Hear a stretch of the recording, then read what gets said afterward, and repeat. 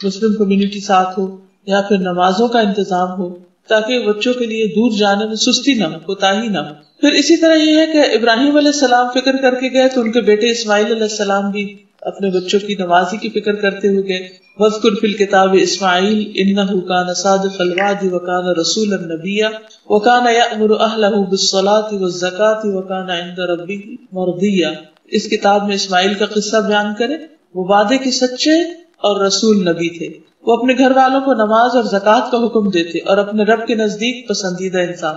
یعنی اللہ کا پسندیدہ بننے کے لیے ضروری ہے کہ انسان خود نیک عمل کرنے کے ساتھ ساتھ اپنے بچوں کو بھی اس راستے پر لگائے. پھر نبی صلی اللہ علیہ وسلم اور آپ کے صحابہ کی جو پہچان قرآن مجید میں بتائی گئی وہ بھی یہی ہے. محمد الرسول اللہ والذین معہ اشداء علی الکفار رحماء بینہم تراہم رکعا سجدا یبتغون فضلا من اللہ ورضوانا سیماہم فی وجوہہم من اثر السجود ذالک مثلہم فی التوراۃ. محمد صلی اللہ علیہ وسلم اللہ کے رسول اور وہ لوگ جو اس کے ساتھ ہیں کافروں پر بہت سخت ہیں، آپس میں نہایت رحم دل ہیں. تم انہیں اس حال میں دیکھو گے کہ رکوع کرنے والے ہیں، سجدے کرنے والے. یعنی صحابہ کو تم دیکھو گے کہ کون ہے، ان کی نمازوں سے تم انہیں پہچانو گے. اور آج آپ دیکھیں کہ امت محمد صلی اللہ علیہ وسلم کیا اس کی پہچان بھی نماز رہی اور پھر اپنے رب کا فضل اور اس کی رضا ڈھونڈتے ہیں. کثرت سجدے کی وجہ سے ان کی پیشانیوں پر نشان موجود ہیں اور یہی ان کی صفت تورات میں بیان ہوئی ہے کہ وہ اللہ کے عبادت گزار بندے. انہوں نے شادیاں بھی کی، انہوں نے بزنس بھی کیا، انہوں نے زراعت بھی کی، انہوں نے سفر بھی کیے، سب کام کیے، لیکن اللہ کی عبادت نہیں چھوڑی.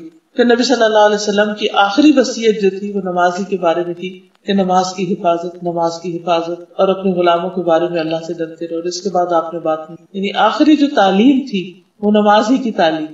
آخری الفاظ کے بارے میں آتا ہے کہ رسول اللہ صلی اللہ علیہ وسلم نے فرمایا الصلاۃ الصلاۃ وما ملکت ایمانکم، نماز اور تمہارا اپنے غلاموں کے ساتھ حسن سلوک. اور اس کے بعد آپ کا سینہ مبارک کھڑکھڑانے لگا اور آپ کی زبان رک گئی، یعنی اس کے بعد آپ نے پھر کوئی بات نہیں فرمائی. تو اس سے آپ اندازہ لگائیں کہ نبی صلی اللہ علیہ وسلم کو کس قدر ہماری نمازوں کی فکر تھی کہ ہم اس کے بغیر نہ جائیں، کیونکہ قیامت کے دن بھی سب سے پہلا سوال جو کیا جائے گا وہ نمازی کے بارے میں کیا جائے گا. اور عبادتوں میں بھی جو پہلا حکم دیا گیا ہے، اکثر جہاں زکوٰۃ اور نماز کا ذکر اکٹھا آتا ہے ہمیشہ پہلے نمازی کا ذکر آتا ہے. تقریباً 700 بار قرآن مجید میں نماز کا ذکر آتا ہے. پھر اسی طرح اسلام کا دوسرا بڑا رکن ہے توحید کے بعد، یعنی بنی الاسلام علی خمس، شہادت اللہ الہ الا اللہ و اقامت الصلاۃ. یہ 5 چیزوں پر اسلام کی بنیاد ہے، جس میں سب سے پہلے لا الہ الا اللہ یعنی اس کی گواہی، اور پھر نماز کی اقامت. پھر اس کو اسلام کا ستون قرار دیا گیا. پھر بنیادی تعلیم میں سے پھر یہ ہے کہ باقی احکام زمین پہ اترے، یہ حکم آسمان میں بلا کر دیا گیا. یعنی اس سے اس کی ویلیو کا بھی پتہ چلتا ہے کہ نبی صلی اللہ علیہ وسلم معراج پر تشریف لے گئے اور وہاں پر بلا کر آپ کو نمازوں کی تلقین کی گئی. پھر اسی طرح یہ ہے کہ اللہ تعالیٰ روزانہ 2 بار بندوں کی نمازوں کی خبر لیتے ہیں. یعنی صبح کو فرشتے اور شام کے جب جاتے ہیں تو ان سے پوچھتے ہیں کہ آپ نے کس حال میں میرے بندوں کو پایا. وہ کہتے ہیں کہ وہ نماز پڑھ رہے ہیں. اور پھر حدیث میں بھی آتا ہے کہ لوگوں کو 2 نمازوں کے ثواب کا پتہ چل جائے تو وہ زمین پر کرال کرتے ہوئے مسجد میں آئے، اور وہ ہیں فجر اور عشاء. اور پھر ہر نماز کے وقت ایک فرشتہ اعلان کرتا ہے کہ لوگوں اٹھو، آگ کو بجھاؤ جو تم نے اپنے نفسوں کے لیے جلائی. یعنی اپنے گناہ کر کے، غلطیاں کر کے تم نے اپنی آگ بھڑکا لی، اب اٹھو اور اس آگ کو بجھا لو. پھر یہ ہے کہ باقی سارے اعمال بھی انسان کے اسی وقت ٹھیک ہوتے ہیں جب نماز ٹھیک ہو جائے. اور قبر میں بھی بندے کی حسرت سب سے زیادہ کیا ہوگی کہ کاش میں 2 رکعت نماز پڑھ سکوں. حضرت ابو ہریرہ سے روایت ہے کہ نبی صلی اللہ علیہ وسلم ایک قبر کے پاس سے گزرے تو اس میں حال میں ہی میت کو دفن کیا گیا تھا، نئی قبر تھی. آپ نے فرمایا 2 رکعتیں ہلکی سی ہوتی ہیں اور تم لوگ ان کو حقیر بھی سمجھتے ہو اور زائد بھی سمجھتے ہو، ایکسٹرا سمجھتے ہو، یعنی بوجھ بھی سمجھتے ہو اپنے لیے. لیکن وہ 2 رکعتیں اگر یہ قبر والا اپنے عمل میں زیادہ کر لیتا تو اس 2 رکعت کا پاس ہونا اس وقت اس قبر میں اس کو تمہاری باقی ساری دنیا سے زیادہ محبوب ہوتا. لیکن ابھی ہم چھوٹے چھوٹے کاموں کے لیے فرض پڑے، ہارڈلی سنتیں پڑھی، اور پھر اچھا وہ ہنڈیاں کو دیکھ لیں، اچھا وہ فلاں کام کو کر لیں، وہ دروازہ کھل گیا اور کچھ نہیں، کیسے بیکار قسم کا کام شروع کر لیں گے. لیکن وہ نفل پڑھنا یا پابندی کرنا وہ عام طور پر نہیں ہوتی. اور پھر کیا کہتے ہیں عرب لوگ نفل نہیں پڑھتے تو ہم کیوں پڑھیں؟ عرب لوگ تو ہمارے لیے حجت نہیں ہے، ہمارے تو ہمارا دین حجت ہے. تو آپ نے فرمایا کہ اگر صرف 2 اور رکعتیں وہ اپنی اس قبر میں اور لے آتا تو وہ اس کو پیچھے جو کچھ چھوڑ کے آیا، اپنا مال، سونا چاندی، زمین جائیداد، اس سب سے زیادہ پیارا ہوتا. لیکن ہمیں کتنی دفعہ 2 رکعت کا وقت بھی ہوتا ہے، موقع بھی ہوتا ہے، لیکن ہم اس کا اہتمام نہیں کرتے. اور پھر یہ کہ اللہ کے پیارے بندوں کی جو صفت بتائی گئی ہے، رجال لا تلہیہم تجارت ولا بیع عن ذکر اللہ واقام الصلاۃ، کہ وہ ایسے مرد ہیں جنہیں اللہ کے ذکر اور نماز قائم کرنے سے، زکوٰۃ دینے سے نہ کوئی تجارت روکتی اور نہ کوئی خرید و فروخت. وہ اس دن سے ڈرتے ہیں جس میں دل اور آنکھیں الٹ جائیں گی. اور اسی لیے نبی صلی اللہ علیہ وسلم جب نماز کا وقت آتا تھا سب چیزیں چھوڑ کر فوراً نماز کی طرف چلے جاتے تھے. پھر اسی طرح یہ کہ صحابہ کی اگر نماز چھوٹ جاتی تو باقاعدہ روتے تھے. کبھی بیمار ہونے پر بھی وہ نماز نہیں چھوڑتے تھے. اور بچوں کو بھی سب سے پہلا کام جو کرنے کا سکھانا ہے وہ نماز ہی ہے. اور قیامت کی نشانیوں میں سے نشانی ہے کہ لوگ اپنی نمازوں کو ضائع کر دیں گے. اور نماز نہ پڑھنے سے انسان کے اندر سستی آ جاتی ہے، منافقت آنے لگتی ہے، ایسے شخص کا کوئی دین نہیں رہتا. اور ایک نماز چھوڑنے سے پھر انسان اتنا ڈھیلا ہو جاتا ہے کہ باقی ساری چیزیں بھی چھوڑنا شروع کر دیتے ہیں. اور بے نمازیوں کی موت کا منظر جو قرآن میں بیان کیا گیا، وَالْتَفَّتِ السَّاقُ بِالسَّاقِ إِلَىٰ رَبِّكَ يَوْمَئِذٍ الْمَسَاقُ فَلَا صَدَّقَ وَلَا صَلَّىٰ وَلَٰكِنْ كَذَّبَ وَتَوَلَّىٰ، کہ پنڈلی کے ساتھ پنڈلی لپٹ جائے گی اور اس دن تیرے رب کی طرف روانگی کا وقت ہے. نہ اس نے تصدیق کی، نہ نماز پڑھی، صرف اس نے جھٹلایا اور منہ پھیرا. اور قبر میں جو سزا ملے گی نماز سے غافل شخص کو، نبی صلی اللہ علیہ وسلم نے خواب بیان کرتے ہوئے فرمایا، ایک شخص جس کا سر پتھر سے کچلا جا رہا تھا، وہ قرآن کا حافظ تھا مگر نماز سے غافل ہو گیا تھا، فرض پڑھے بغیر سو جاتا. یعنی خواہ کوئی حافظ قرآن ہی کیوں نہ ہو، لیکن اگر وہ نماز سے غافل ہے، قرآن سے غافل ہے اور نماز پڑھے بغیر سو رہا ہے تو پھر ایسا شخص اپنے لیے ہلاکت اختیار کر رہا ہے. پھر فویل للمصلین الذین هم عن صلاتهم ساہون. ایک اور حدیث کے مطابق بے نمازی جو ہے اس کا انجام قارون اور حامان وغیرہ کے ساتھ ہوگا. اور آخری انجام جو ہے قیامت کے دن وہ بڑا بھیانک ہے. جہنم میں جانے والوں سے جب پوچھا جائے گا ما سلککم فی سقر، تمہیں جہنم میں کیا چیز لے گئی، تو کہیں گے لم نک من المصلین، ہم نماز پڑھنے والوں میں سے نہیں تھے. ولم نک نطعم المسکین، اور ہم مسکین کو کھانا نہیں کھلاتے تھے. اللہ تعالیٰ سے دعا ہے کہ وہ ہمیں نماز کی پابندی کی توفیق عطا فرمائے اور قبولیت والی نمازیں ادا کرنے کی توفیق دے. کیونکہ بعض اوقات ہم پڑھ تو لیتے ہیں لیکن اس کا حق ادا نہیں کرتے، اس میں خشوع و خضوع نہیں ہے. پھر ان کے بعد ایسے نالائق جانشین ان کی جگہ آئے جنہوں نے نماز کو ضائع کر دیا اور خواہشات کے پیچھے لگ گئے، تو وہ عنقریب گمراہی کو ملیں گے. اللہ سبحانہ تعالیٰ نے ہمیں اپنی عبادت کے لیے پیدا کیا ہے. سورۃ الذاریات میں آتا ہے وَمَا خَلَقْتُ الْجِنَّ وَالْإِنسَ إِلَّا لِيَعْبُدُونَ، میں نے جن و انس کو محض اس لیے پیدا کیا کہ وہ میری عبادت کریں. سورۃ البقرہ میں تمام انسانیت کو مخاطب کرتے ہوئے اللہ سبحانہ تعالیٰ فرماتے ہیں یا ایھا الناس اعبدوا ربکم الذی خلقکم والذین من قبلکم لعلکم تتقون، اے لوگو اپنے رب کی عبادت کرو جس نے تمہیں پیدا کیا اور ان کو بھی جو تم سے پہلے تھے تاکہ تم بچ جاؤ. عبادت کا معنی ہوتا ہے انتہائی خضوع اور عاجزی اختیار کرنا. اس عاجزی کی بہترین مثال اور بہترین عبادت نماز ہے. نماز عبادت کی اعلیٰ ترین شکل ہے. یہ ایک فرض عبادت ہے. نماز ہمیں دنیا میں برائیوں سے بچاتی ہے اور آخرت میں جہنم کی آگ سے. نماز ہماری غلطیوں اور کوتاہیوں کا کفارہ بھی کرتی ہے. اسی لیے قرآن مجید میں اور سنت رسول صلی اللہ علیہ وسلم میں اس کی بہت تاکید آئی ہے. اس کو ادا کرنے والے کامیاب اور اس سے گریز کرنے والوں کا برا انجام اس آیت میں بتایا گیا ہے جس کا آج ہم مطالعہ کریں گے. فخلف من بعدهم خلف اضاعوا الصلاة واتبعوا الشهوات فسوف يلقون غیا. سورۃ مریم کی آیت نمبر 59 میں اللہ سبحانہ وتعالیٰ فرماتے ہیں فخلف من بعدهم خلف، تو ان کے بعد ایسے لوگ جانشین ہوئے. عربی میں ایک خلف ہوتا ہے، ایک خلف ہوتا ہے. خلف کہتے ہیں برے جانشین کو اور خلف کہتے ہیں اچھے جانشین کو. یعنی سورۃ مریم میں اللہ سبحانہ تعالیٰ نے جن انبیاء کا ذکر کیا، ابراہیم علیہ السلام، موسیٰ علیہ السلام، اسماعیل علیہ السلام، ادریس علیہ السلام، ان سب کا ذکر کرنے کے بعد، ان کی تعریف کرنے کے بعد اللہ تعالیٰ فرماتے ہیں فخلف من بعدهم خلف، کہ ان قابل تعریف لوگوں کے بعد ایسے برے جانشین آئے کہ جن کی سب سے بڑی برائی کیا تھی، اضاعوا الصلاۃ، انہوں نے نماز ضائع کر دی، واتبعوا الشہوات، اور خواہشات کے پیچھے لگ گئے. یعنی ان کے آبا و اجداد نیک تھے لیکن ان کی اولادوں نے نمازیں چھوڑ دی، یا پھر ان نمازوں کے ارکان و واجبات چھوڑ دیے، یا یہ کہ انہیں اپنے وقت سے تاخیر کے ساتھ پڑھا اور ایسے کام کیے کہ جس سے نماز کا پڑھنا اور نہ پڑھنا ایک ہی ہو گیا۔ ناخلف لوگوں کی یہاں صفات بیان کی گئی ہیں، جیسا کہ نبی صلی اللہ علیہ وسلم نے بھی فرمایا کہ ان کے بعد کچھ ایسے لوگ آئیں گے کہ وہ ایسی باتیں کریں گے جن پر وہ عمل نہیں کریں گے، اور وہ ایسے عمل کریں گے جن کا انہیں حکم نہیں دیا جائے گا۔ تو جو اپنے ہاتھ سے جہاد کرے وہ مومن ہے، جو اپنی زبان سے جہاد کرے تو وہ مومن ہے، جو اپنے دل سے جہاد کرے تو وہ مومن ہے، اور اگر یہ بھی نہ ہو تو خشخاش کے دانے برابر بھی ایمان نہیں رہتا۔ یعنی ایسے لوگوں کو سمجھانا چاہیے زبان سے بھی اور ہاتھ سے بھی، یعنی جیسے اپنے بچے ہیں اور وہ چھوٹے ہیں ابھی 10 سال کے بعد بھی اگر نماز نہیں پڑھتے تو جیسے کہ حدیث میں آتا ہے کہ ان کو مار بھی سکتے ہیں، تاکہ وہ اگر پیار محبت سے اور سمجھانے سے، واعظ نصیحت سے نہیں سمجھتے تو سختی سے سمجھے، حتیٰ کہ نماز ان کی عادت ہو جائے اور پھر اس کے بعد زندگی میں وہ اس پر چلتے رہیں۔ تو بات یہ ہو رہی ہے کہ ان چنے ہوئے لوگوں، انعام یافتہ لوگوں کے بعد آنے والے برے اور شریر لوگوں کا فسق و فجور کیا ہے، کیا صفت ہے، کیا دلیل ہے کہ ادا الصلاۃ، انہوں نے نماز کو ضائع کر دیا، نماز کو چھوڑ دیا، یا یہ کہ شریعت کے مطابق اسے ادا نہیں کیا، اس میں سستی دکھائی، اس میں اہمال کیا، یعنی اسے نیگلیکٹ کر دیا یا اس سے منع کر دیا۔ یہ لوگ اللہ سے ڈرنے والے لوگ نہیں تھے۔ مجاہد کہتے ہیں کہ اس سے مراد اس امت کے وہ لوگ ہیں جو راستوں میں جانوروں اور گدھوں کی طرح ایک دوسرے پر سوار ہوتے ہیں، نہ تو وہ آسمان میں اللہ سے ڈرتے ہیں اور نہ زمین میں لوگوں سے شرم کرتے ہیں۔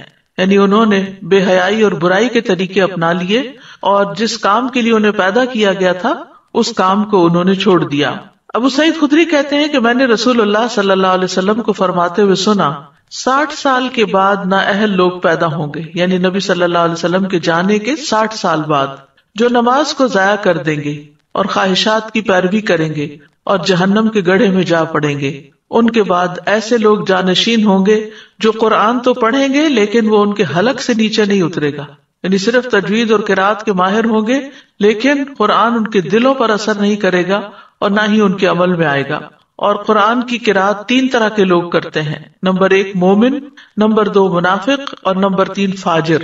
ادا الصلاۃ، انہوں نے نماز کو ضائع کر دیا، یعنی ایک اہم فریضہ جو دین کا ستون ہے، جو ایمان کا معیار اور کسوٹی ہے اور جو رب العالمین سے اخلاص کا ثبوت دینے کا ذریعہ ہے، تو اس میں انہوں نے اپنی نمازیں ضائع کی، یعنی اہم فریضہ کو ادا نہیں کیا۔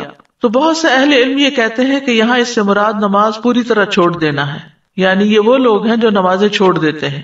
بعض اہل علم یہ کہتے ہیں کہ یہ وہ لوگ ہیں جو نمازوں کو اس کے آخری وقت تک مؤخر کر دیتے ہیں، یعنی پڑھ تو لیتے ہیں لیکن بے وقت کی پڑھتے ہیں۔ اور بعض کہتے ہیں کہ یہ وہ لوگ ہیں جو نمازوں کے اوقات ضائع کر دیتے ہیں، یعنی قضا کر کر کے پڑھتے ہیں۔ اور بعض نے یہ بھی کہا کہ یہ وہ لوگ ہیں جو ارکان اور واجبات کو ضائع کر دیتے ہیں، یعنی نماز کے سارے ارکان، شرائط وغیرہ پوری طرح ادا نہیں کرتے۔ حسن بصری کہتے ہیں کہ اس سے مراد وہ لوگ ہیں جنہوں نے مساجد کو بیکار اور خالی کر دیا اور کھیتی باڑی کو لازم کر لیا، یعنی دنیا کے کام کاج میں، دنیا کمانے میں ایسے مصروف ہوئے کہ نمازوں کو مسجد میں پڑھنے کی بجائے جہاں پڑھ سکے پڑھ لیا ورنہ نہ پڑھا۔ ابن مسعود اور ابراہیم کہتے ہیں کہ انہوں نے نماز کو اس کے وقت سے مؤخر کر دیا۔ سعید بن مسیب کہتے ہیں یہ وہ شخص ہے جو ظہر نہیں پڑھتا یہاں تک کہ عصر داخل ہو جاتی، عصر نہیں پڑھتا یہاں تک کہ سورج غروب ہو جاتا ہے۔ لوگوں نے ابن مسعود سے پوچھا کہ نماز کو ضائع کرنے کا مطلب کیا ہے، تو انہوں نے کہا اس سے مراد نماز کو اتنی دیر سے پڑھنا کہ وقت نکل جائے۔ تو ان لوگوں نے کہا ہم یہ سمجھتے تھے کہ نماز کو چھوڑ دینا اسے ترک کرنا ہے۔ تو انہوں نے کہا کہ اگر وہ نماز کو چھوڑ دیتے تو دین سے ہی نکل جاتے۔ نماز کو لیٹ کرنا بہرحال نفاق کی علامت ہے، جس کا حدیث میں بھی ذکر آیا ہے، اور سستی سے پڑھنا اور دکھاوے کی نماز پڑھنا اور اللہ کو کم یاد کرنا یہ منافقین کی نماز کی صفات ہیں۔ سورۃ النساء آیت 142 میں اللہ تعالیٰ فرماتے ہیں ان المنافقین یخادعون اللہ وهو خادعهم واذا قاموا الى الصلاة قاموا کسالى یراؤون الناس ولا یذکرون اللہ الا قلیلا۔ بے شک منافق لوگ اللہ سے دھوکہ بازی کر رہے ہیں حالانکہ وہ انہیں دھوکہ دینے والا ہے، اور جب وہ نماز کے لیے کھڑے ہوتے ہیں تو سست ہو کر کھڑے ہوتے ہیں، یعنی شوق سے نہیں جاتے نماز کی طرف، خوشی سے نہیں جاتے، لوگوں کو دکھاوا کرتے ہیں اور اللہ کو بہت کم یاد کرتے ہیں۔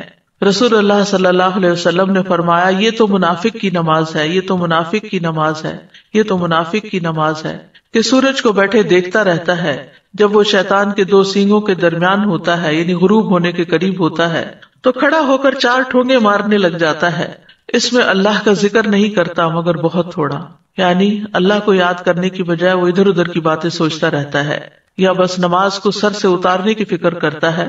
رسول اللہ صلی اللہ علیہ وسلم نے یہ بھی فرمایا کہ بے شک منافقوں پر سب سے زیادہ بھاری نماز عشاء اور فجر کی نماز ہے، دونوں آرام کے وقت ہیں اور نیند کے وقت ہیں، اس لیے ایسے اوقات میں ان کو نماز پڑھنا اور مشکل لگتا ہے۔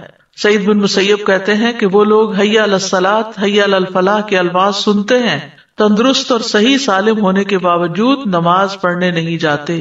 استغفر اللہ، یعنی آذان کی آواز آتی ہے اس کے باوجود بھی وہ اس سے غفلت برتتے ہیں۔ ایک معنی بھی کیا گیا ہے کہ یہ عمدگی سے نماز نہیں پڑھتے۔ ابو ہریرہ رضی اللہ عنہ کہتے ہیں کہ ایک دن آپ صلی اللہ علیہ وسلم نے ہمیں نماز پڑھائی، پھر مڑے اور فرمایا اے فلاں، تم نے اپنی نماز اچھی طرح کیوں نہیں ادا کی؟ کیا نمازی کو دکھائی نہیں دیتا جب وہ نماز پڑھتا ہے کہ اس نے کس طرح نماز ادا کی؟ حالانکہ وہ اپنے ہی لیے نماز ادا کرتا ہے، تو پھر چاہیے کہ اچھے سے اچھے طریقے سے ادا کرے۔ اسی طرح ایک معنی یہ بھی ہے کہ جلدی جلدی نماز پڑھنا، بس سر سے اتارنے کی کوشش کرنا۔ حذیفہ رضی اللہ عنہ کہتے ہیں انہوں نے ایک آدمی کو نماز پڑھتے ہوئے دیکھا، اس نے نماز میں کمی کی، یعنی تیز تیز پڑھ رہا تھا، صحیح طرح رکوع اور سجود ادا نہیں کر رہا تھا۔ حذیفہ نے اس سے کہا تم کتنے عرصے سے ایسی نماز ادا کر رہے ہو؟ اس نے کہا 40 سال سے۔ تو انہوں نے کہا کہ تم نے 40 سال سے کوئی نماز نہیں پڑھی، اگر تم ایسی ہی نماز پڑھتے مر جاتے تو تم محمد صلی اللہ علیہ وسلم کی ملت کے علاوہ ہی مرو گے۔ پھر کہا بے شک ایک آدمی ہلکی نماز پڑھنے کے باوجود اسے مکمل اور اچھے طریقے سے ادا کر سکتا ہے۔ تو اصل مقصود کیا ہے کہ نماز کا پھر حق ادا کیا جائے، اطمینان سے نماز کے ارکان کو ادا کیا جائے۔ ابو ہریرہ کہتے ہیں کہ رسول اللہ صلی اللہ علیہ وسلم ایک مرتبہ مسجد تشریف لے گئے، اسی وقت ایک شخص آیا اور اس نے نماز پڑھی، اس کے بعد نبی صلی اللہ علیہ وسلم کو سلام کیا، آپ نے سلام کا جواب دیا اور فرمایا کہ واپس جاؤ نماز پڑھو کیونکہ تم نے نماز نہیں پڑھی۔ وہ لوٹ گیا، اس نے ویسے ہی نماز دوبارہ پڑھ دی جیسے پہلے پڑھی تھی، پھر آیا اور نبی صلی اللہ علیہ وسلم کو سلام کیا، آپ نے فرمایا واپس جاؤ نماز پڑھو کیونکہ تم نے نماز نہیں پڑھی۔ اس طرح 3 مرتبہ ہوا۔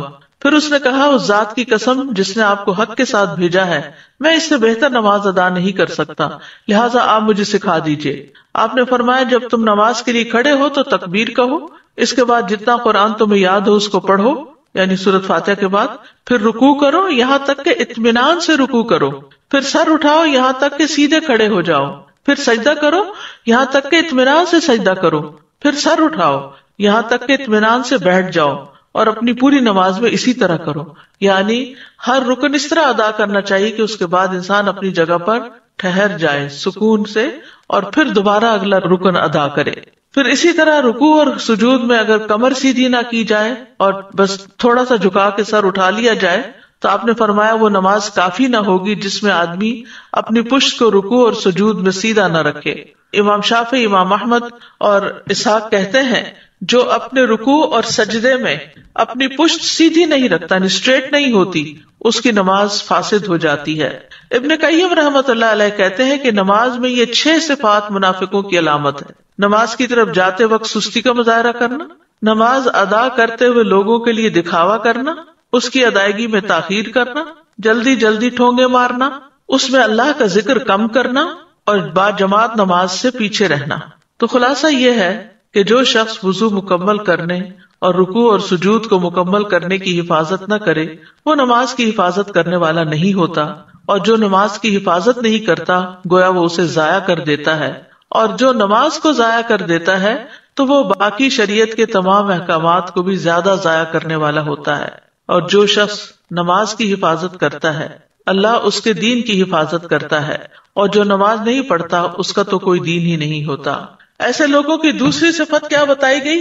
وَاتَّبَعُوا الشَّهَوَاتِ، کہ وہ خواہشات کے پیچھے لگ گئے، یعنی گناہوں میں پڑ گئے، شراب نوشی میں پڑ گئے، اپنے نفسوں پر شہوت کو ترجیح دی اللہ کی اطاعت کے مقابلے میں، منکرات میں آگے بڑھ گئے۔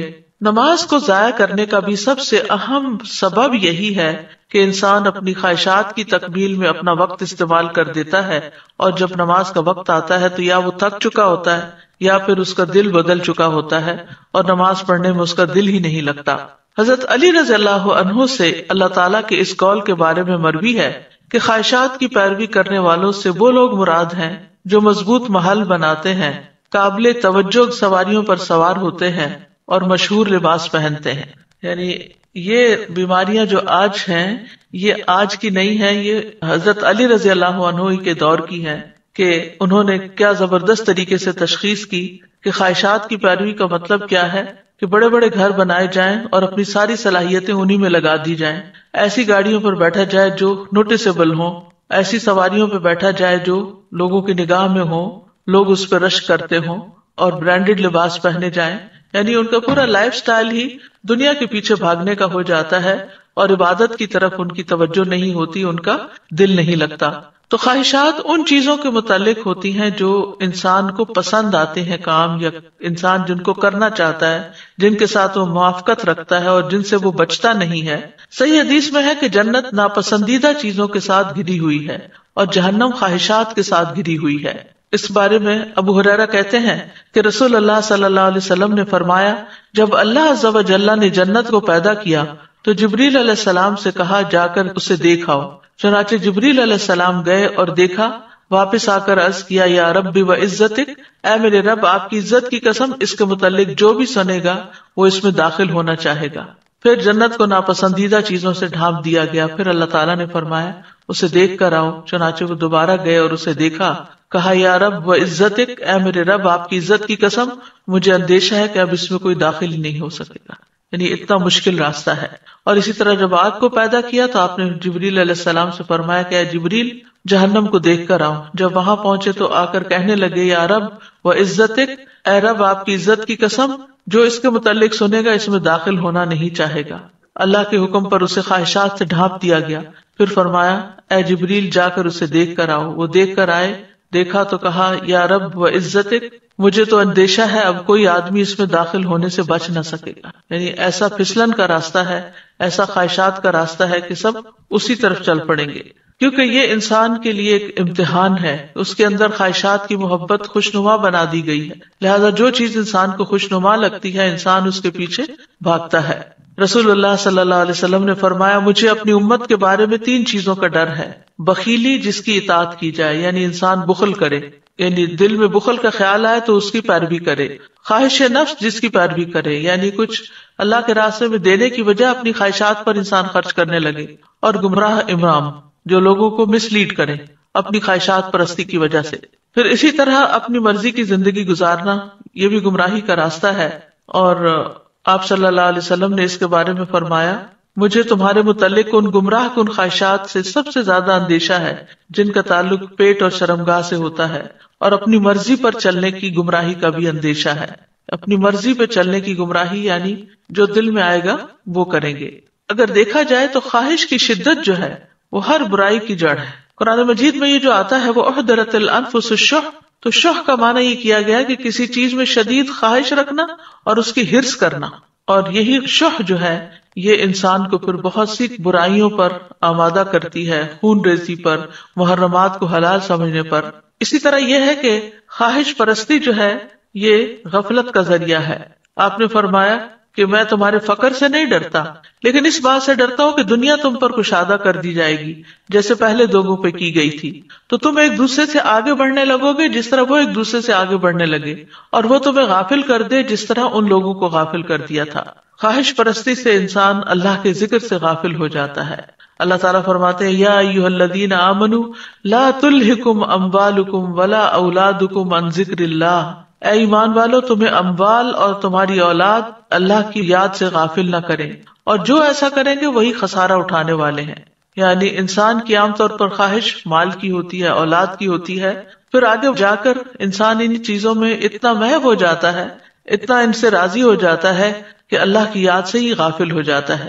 یعنی ان چیزوں کے نہ ہونے پر جس طرح وہ رب کو پکارتا تھا، ان کے ملنے کے بعد وہ رب کو اس طرح نہیں پکارتا۔ تو جب انسان خواہشات کی پیروی کرنے لگتا ہے تو وہ فرائض سے غافل ہو جاتا ہے۔ اور پھر خواہش پرستی ایسی چیز ہے کہ جو اللہ سبحانہ تعالیٰ کے احکامات کو بوجھ بنا کے رکھ دیتی ہے۔ عبداللہ ابن عمر کہتے ہیں میں نے نبی صلی اللہ علیہ وسلم کو فرماتے ہوئے سنا کتنے ہی لوگ ایسے ہیں جو اپنی خواہش نفس کو پورا کرنے میں لگ جاتے ہیں، یعنی پھر مراد یہ ہے کہ اپنے فرائض کو بھول جاتے ہیں، اپنی ذمہ داریاں بھول جاتے ہیں، ان کے لیے قیامت کے دن جہنم کے سوا کچھ نہ ہوگا۔ لیکن جو شخص خواہش پر نماز کو ترجیح دے تو اس کی فضیلت بھی بیان کی گئی ہے۔ حدیث میں آتا ہے اللہ تعالیٰ 3 قسم کے آدمیوں سے محبت کرتا ہے، ان پہ ہنستا ہے، ان سے خوش ہوتا ہے۔ ان میں سے ایک وہ جس کی بیوی خوبصورت ہو، اس کے پاس بہترین نرم بستر ہو، لیکن پھر بھی وہ قیام کرنے کے لیے رات کو کھڑا ہو جاتا ہے، یعنی خواہشات چھوڑ کر اللہ کے حضور کھڑا ہو جاتا ہے۔ اللہ تعالیٰ کہتے ہیں میرے بندے نے اپنی شہوت کو ترک کر دیا اور میرا ذکر کر رہا ہے، مجھ سے سرگوشی کر رہا ہے، اگر یہ چاہتا تو سو بھی سکتا تھا۔ تو ان کا انجام کیا بتایا گیا؟ فسوف یلقون غیا، تو عنقریب یہ بھٹک جائیں گے، یعنی نمازوں کو ضائع کرنے والے، خواہشات کی پیروی کرنے والے آخرت میں خسارے اور شر کا سامنا کریں گے، کیونکہ دنیا میں یہ گمراہ ہو گئے اور صراط مستقیم سے بھٹک گئے۔ غیا کی تفسیر کرتے ہوئے بعض اہل علم کہتے ہیں کہ یہ جہنم کی وادی ہے، اور اس بارے میں جو آثار ہیں وہ یہ ابن جریر نے یہی موقف اختیار کیا کہ غی جہنم کی ایک وادی ہے۔ عربی زبان میں غی کا لفظ جو ہے رشد کے مقابلے میں آتا ہے، بھلائی کے مقابلے میں۔ لا اکراہ فی الدین قد تبین الرشد من الغی، دین میں کوئی زبردستی نہیں، بلا شبہ ہدایت گمراہی سے صاف واضح ہو چکی ہے۔ شر اور گمراہی کو بھی غی کہا جاتا ہے، شر اور گمراہی کے لیے بھی لفظ غی استعمال ہوتا ہے۔ تو جو شخص گمراہ ہوتا ہے وہ بھلائی پر نہیں ہوتا، اور جو بھلائی کا راستہ چھوڑ دیتا ہے تو پھر یہ چیز اس کو عذاب تک پہنچا دیتی ہے۔ اسی لیے بعض اہل علم نے غی سے مراد صرف بھٹکنا نہیں لیا، بلکہ بھٹکنے کا جو انجام ہے جہنم کی صورت میں وہ بھی مراد لیا ہے۔ وہب کہتے ہیں کہ نہر فی جہنم بعید قعرہ خبیث طعمہ، کہ یہ جہنم میں ایک نہر ہے کہ جو بہت ہی گہرائی والی ہے اور اس کا کھانا انتہائی خبیث ہے۔ ابن عباس کہتے ہیں الغی واد فی جہنم، کہ غی جہنم کی وادیاں۔ ابن عباس کا قول ہے یہ کہ ان کی گرمی سے پناہ مانگنی چاہیے، جو کہ زنا پہ اصرار کرنے والے، عادی شراب پینے والے، سود کھانے والے اور اس سے باز نہ آنے والے، اور والدین کی نافرمانی کرنے والے اور جھوٹی گواہی دینے والوں کے لیے ہیں۔ عطا کہتے ہیں الغی سے مراد واد فی جہنم یسیل قیحا و دمن، یہ جہنم کی ایسی وادی ہے کہ جس میں پیپ اور خون بہتا ہے۔ کعب کہتے ہیں ہوا واد فی جہنم ابعدها قعرا وشد حرا، کہ یہ جہنم میں ایسی وادی ہے کہ جو بہت دور گہری ہے اور بہت سخت گرم ہے۔ ابن مسعود کہتے ہیں کہ جہنم کی ایک وادی ہے جس کی گہرائی بہت لمبی ہے اور اس کی خوراک بہت بری ہے۔ تو اس آیت سے ہمیں خاص طور پر نماز کی اہمیت کا پتہ چلتا ہے، کیونکہ انسان اللہ کی عبادت کے لیے پیدا کیا گیا، اس مقصد کے لیے پیدا کیا گیا، لہٰذا جب تک یہ مقصد پورا نہیں کرتا اس کا چھٹکارا نہیں ہو سکتا۔ کائنات کی تمام مخلوقات جو ہیں وہ اللہ سبحانہ تعالیٰ کی تسبیح کرتی ہیں، اس کی نماز پڑھتی ہیں۔ سورۃ نور میں آتا ہے الم تر ان اللہ یسبح له من فی السماوات والارض والطیر صافات کل قد علم صلاتہ وتسبیحہ واللہ علیم بما یفعلون، کیا تم دیکھتے نہیں کہ آسمانوں اور زمین میں جو کچھ ہے اور فضا میں پر پھیلائے ہوئے پرندے بھی یہ سب اللہ کی تسبیح کر رہے ہیں۔ ہر مخلوق کو اپنی نماز اور تسبیح کا طریقہ معلوم ہے، گویا ساری مخلوق پر ہے یہ نماز، ہر ایک کا طریقہ الگ ہے، وہ ان کو خود پتا ہے کہ کیا کرنا ہے، اور جو کچھ وہ کرتے ہیں اللہ سب کچھ جانتا ہے۔ ساری مخلوق اللہ کے آگے سجدہ ریز ہے۔ وَلِلَّهِ يَسْجُدُ مَن فِي السَّمَاوَاتِ وَالْأَرْضِ، آسمان و زمین میں جتنی بھی چیزیں ہیں خوشی اور ناخوشی سے اللہ کو سجدہ کر رہی ہیں۔ تمام انبیاء کی طرف نماز کی وحی کی گئی۔ وَجَعَلْنَاهُمْ أَئِمَّةً يَهْدُونَ بِأَمْرِنَا وَأَوْحَيْنَا إِلَيْهِمْ فِعْلَ الْخَيْرَاتِ وَإِقَامَ الصَّلَاةِ وَإِيتَاءَ الزَّكَاةِ وَكَانُوا لَنَا عَابِدِينَ، اور ہم نے انہیں ایسے پیشوا بنایا جو ہمارے حکم کے ساتھ رہنمائی کرتے تھے، اور ہم نے ان کی طرف نیکیاں کرنے اور نماز قائم کرنے اور زکوٰۃ ادا کرنے کی وحی بھیجی، اور وہ صرف ہماری عبادت کرنے والے تھے۔ تو اس سے کیا پتہ چلتا ہے کہ تمام انبیاء کو یہ حکم دیا گیا۔ اللہ سبحانہ وتعالیٰ اپنے سارے بندوں کو اس کا حکم دیتے ہیں، قُلْ لِعِبَادِيَ الَّذِينَ آمَنُوا يُقِيمُوا الصَّلَاةَ، میرے بندوں سے جو ایمان لائے ہیں ان سے کہہ دیجئے کہ وہ نماز قائم کریں، اور پھر نمازوں کی حفاظت کا حکم بھی دیا گیا۔ سچے ایمان والوں کی صفت یہ بتائی گئی، الذین یقیمون الصلاۃ ومما رزقناہم ینفقون اولئک ھم المؤمنون حقا، وہ لوگ جو نماز قائم کرتے ہیں اور اس میں سے جو ہم نے انہیں دیا وہ خرچ کرتے ہیں، یہی لوگ سچے مومن ہیں. یعنی ان کی سچائی ان دو چیزوں سے ثابت ہوتی ہے، ایمان تو لے آئے اور اس کے بعد یقیمون الصلاۃ اور پھر ومما رزقناہم ینفقون. اللہ سبحانہ تعالیٰ نے بندوں پر 5 نمازیں فرض کی ہیں. نماز اسلام کا دوسرا بڑا رکن ہے، اسلام کا ستون بھی ہے. اس دین کی بنیاد اسلام ہے، تو جو اسلام لایا وہ سلامت رہا اور اس کا ستون نماز ہے. تو نماز جو ہے وہ الصلاۃ عماد الدین، یعنی دین کی بنیاد ہے، ستون ہے، اور اگر کسی عمارت سے ستون ہے اس کا نکال لیا جائے تو عمارت قائم نہیں رہتی. نماز چھوڑنے کو کفر قرار دیا گیا. بہقی کہتے ہیں کہ ایمان کے بعد عبادات میں سے نماز کے علاوہ کوئی ایسی عبادت نہیں جس کو اللہ نے ایمان کا نام دیا ہو اور رسول اللہ صلی اللہ علیہ وسلم نے جس کے چھوڑنے کو کفر قرار دیا ہو. نماز اعمال میں سب سے بہترین عمل ہے. رسول اللہ صلی اللہ علیہ وسلم نے فرمایا، ثابت قدم رہو اور تم ہرگز اس کی مکمل اطاعت نہیں رکھ سکو گی، اور جان لو تمہارا سب سے بہترین عمل نماز ہے، اور وضو کی محافظت وہی کرتا ہے جو مومن ہو. تو اس سے یہ پتہ چلتا ہے کہ جب تک انسان اپنی نمازیں پوری نہیں کرتا اس کے باقی اعمال بھی اس طرح قبول نہیں ہوتے، اور سب سے ٹاپ پر نماز ہی ہے. اور یہ ایسا فریضہ ہے جو کسی حال میں بھی ساقط نہیں ہوتا. کھڑے ہو کر نماز نہیں پڑھ سکتے تو بیٹھ کے پڑھ لیں، بیٹھ کر نہیں پڑھ سکتے تو پہلو کے بل لیٹ کر پڑھ لیں، لیکن نماز جیسے بھی حالات ہوں چھوڑی نہیں جا سکتی. یہاں تک کہ میدان جنگ میں بھی جب دشمن سے مقابلہ ہو تو نماز ادا کرنی چاہیے. اللہ سبحانہ تعالیٰ روزانہ 2 بار فرشتوں سے بندوں کی نماز کی خبر لیتے ہیں، عصر کے وقت اور فجر کے وقت، جب فرشتے تبدیل ہو کر جاتے ہیں اور وہ نمازوں میں ہی آ کر بندوں سے ملتے ہیں. اور ہر نماز کے وقت ایک اعلان ہوتا ہے. عبداللہ بن مسعود کہتے ہیں کہ رسول اللہ صلی اللہ علیہ وسلم نے فرمایا، جب ہر نماز کا وقت شروع ہوتا ہے تو ایک منادی کرنے والے کو بھیجا جاتا ہے. وہ کہتا ہے، آدم کے بیٹو اٹھو اور اس آگ کو بجھاؤ جو تم نے اپنے نفسوں کے لیے جلائی ہے. تو وہ کھڑے ہوتے ہیں اور وضو کرتے ہیں تو ان کی آنکھوں سے ان کے گناہ جھڑ جاتے ہیں. جب وہ نماز پڑھتے ہیں تو سابقہ نماز کے درمیانی وقفے میں ہونے والے گناہ بخش دیے جاتے ہیں. یعنی پچھلی نماز اور موجودہ نماز کے بیچ میں جو غلطیاں ہوئی ان کو معاف کر دیا جاتا ہے. اور یہی معاملہ پھر عصر کے وقت ہوتا ہے، اور جب مغرب ہوتی ہے تو یہی معاملہ پیش آتا ہے. جب عشاء کا وقت ہوتا ہے تو اسی طرح ہوتا ہے. جب لوگ سوتے ہیں تو وہ بخشے ہوئے ہوتے ہیں.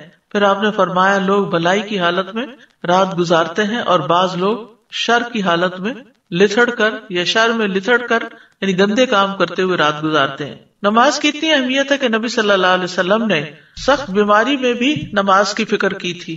عبید اللہ بن عبداللہ سے روایت ہے، وہ کہتے ہیں کہ ایک مرتبہ میں عائشہ رضی اللہ عنہا کی خدمت میں حاضر ہوا اور میں نے عرض کیا کہ آپ مجھے رسول اللہ صلی اللہ علیہ وسلم کے مرض الوفات کے بارے میں کچھ بتائیں گی؟ انہوں نے کہا، کیوں نہیں. رسول اللہ صلی اللہ علیہ وسلم کی طبیعت جب بوجھل ہوئی تو آپ نے پوچھا، کیا لوگ نماز پڑھ چکے ہیں؟ ہم نے کہا، نہیں یا رسول اللہ، وہ آپ کا انتظار کر رہے ہیں. آپ نے فرمایا، میرے لیے ایک ٹب میں پانی رکھو. ہم نے ایسا ہی کیا.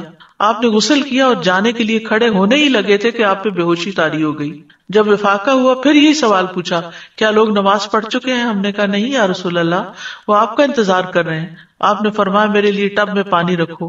آپ نہا کر جانے کے لیے کھڑے ہی ہونے لگے تھے کہ آپ پہ بے ہوشی طاری ہو گئی. حضرت عائشہ کہتی ہیں کہ لوگ نماز عشاء کے لیے مسجد میں بیٹھے آپ کا انتظار کر رہے تھے تو آپ نے ابو بکر کے پاس یہ پیغام بھیجا کہ آپ لوگوں کو نماز پڑھا دیں. چنانچہ ان دنوں میں ابو بکر لوگوں کو نماز پڑھاتے رہے.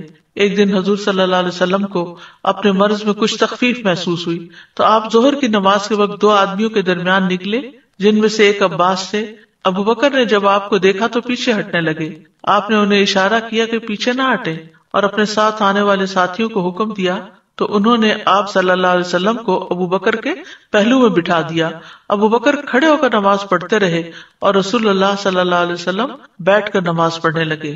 تو اس سے آپ اندازہ لگائیں کہ نبی صلی اللہ علیہ وسلم پر کتنی تکلیف تھی، کیسی شدت تھی، لیکن پھر بھی آپ اپنے اس فریضے کو نہیں بھولے. حالانکہ بیمار کے لیے تو بہت سی رخصتیں ہیں. حضرت علی کہتے ہیں کہ رسول اللہ صلی اللہ علیہ وسلم کا آخری کلام تھا، الصلاۃ الصلاۃ اتقوا اللہ فیما ملکت ایمانکم. نماز کی حفاظت کرو، نماز کی حفاظت کرو اور اپنے غلاموں کے بارے میں اللہ سے ڈرو. نبی صلی اللہ علیہ وسلم کی آخری وصیت بھی تھی. نبی صلی اللہ علیہ وسلم نے یہ بھی بتایا تھا کہ ایک وقت آئے گا کہ نماز کا نام و نشان بھی مٹ جائے گا. آپ نے فرمایا کپڑے کے بیل بوٹوں کی طرح اسلام مٹتا جائے گا، حتیٰ کہ انہیں یہ بھی معلوم نہ ہوگا کہ نماز، روزہ، قربانی اور صدقہ کیا ہوتے ہیں۔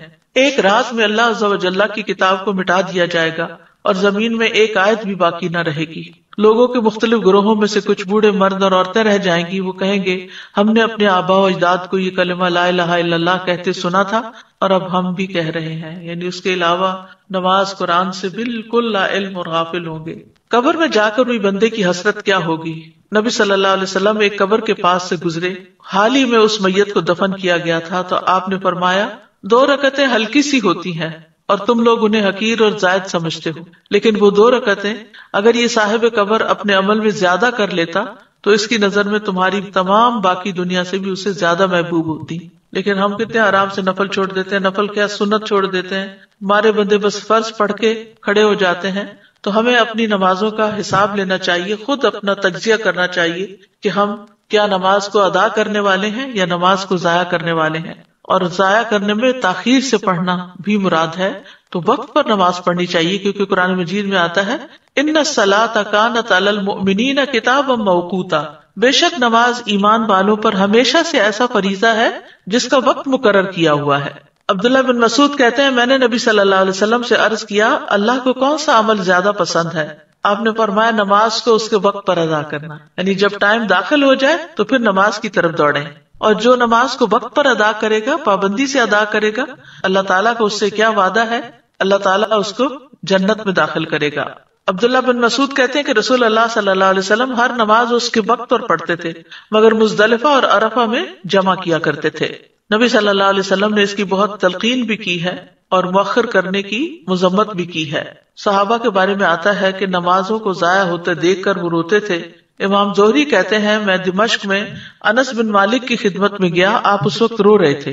میں نے عرض کیا آپ کیوں رو رہے ہیں؟ تو انہوں نے فرمایا اب میں اس نماز کے علاوہ نبی صلی اللہ علیہ وسلم کے دور کی کوئی چیز نہیں پاتا، کیونکہ آپ نے تو انسانوں کی تعمیر کی تھی اور انسانوں کو اخلاق سکھائے تھے، طرز عمل اور معاملہ سب کچھ، لیکن آپ ان کے اندر تو نہیں رہے تھے، کچھ عرصے کے بعد آپ فوت ہو گئے تھے، یعنی اس وقت ان کے پاس دنیاوی مال و اسباب نہیں تھے، یہی عبادتیں تھیں، اخلاق تھے، اچھے معاملات تھے، اچھی ڈیلنگز تھی۔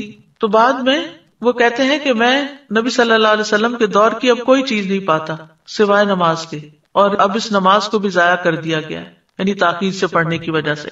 تو اگر انسان نماز پڑھتا ہے تو اس کو اللہ کی رحمت بھی ملتی ہے، کامیابی بھی ملتی ہے۔ قد افلح المؤمنون الذین هم فی صلاتهم خاشعون، سورۃ النور میں آتا ہے وَأَقِیمُوا الصَّلَاةَ وَآتُوا الزَّکَاةَ وَأَطِیعُوا الرَّسُولَ لَعَلَّکُمْ تُرْحَمُونَ، اور نماز قائم کرو اور زکوٰۃ ادا کرو اور رسول کا حکم مانو تاکہ تم رحم کیے جاؤ۔